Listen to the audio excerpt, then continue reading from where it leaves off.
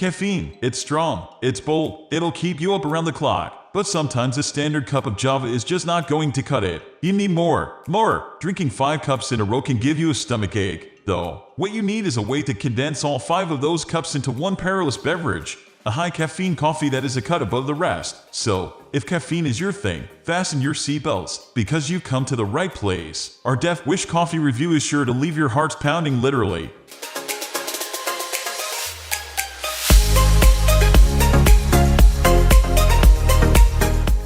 The Death Wish Coffee Company is on a mission to keep you awake and protect the earth in the process. Based in New York, the company responsibly sources beans loaded with caffeine that has been intensified by a painstaking process of bean selection and roasting. Now, if you're going around watching reviews of Death Wish coffee, there are some things you'll want to keep in mind. For instance, do you like caffeine?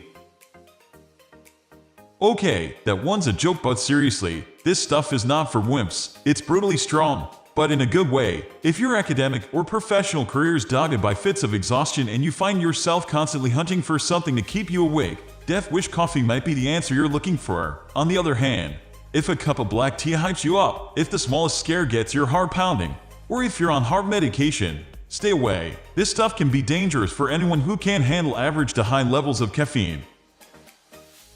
If strong coffee is what you're after, you're going to want to keep in mind how you brew your coffee, too. Why? Well, the techniques behind how to brew stronger coffee, and we're talking both stronger in taste and in caffeine, here can differ from one brewing option to the next, and believe it or not, there really is a lot more involved than just using stronger beans. If you're getting a highly caffeinated coffee like Death Wish, you should first master how strongly you want to brew your cup of coffee, what quantities of beans and water you'll need, and what method you'll use. So, how can you brew stronger coffee? Then, increase the coffee to water ratio ever so slightly. You don't want to overpower the taste and make it intolerable. You just want slightly more grounds added into the mix. Grind your beans a little finer than with your regular coffee. This will extract more caffeine. Try using slightly hotter water, but don't get that water up to a rolling boil and immediately pour it all over the grounds. You'll burn them. Consider using a method like the French press. A French press allows for longer extraction time but still gives you enough control to avoid making bitter coffee.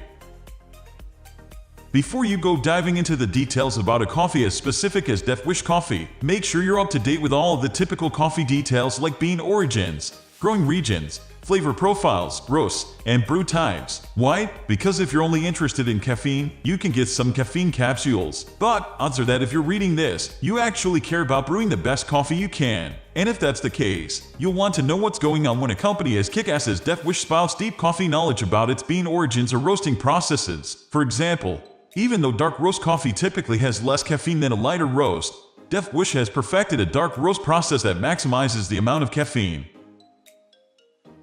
Are you looking for a one-off experience, or do you need a steady stream of jet fuel to keep you going through the thick and thin? One way or another, make sure to consider how much strong coffee you're looking for. Why? Because maybe you only require a sample size, or maybe you need a long-term subscription. Find a strong coffee brand that caters to what you need. Death Wish has a subscription option.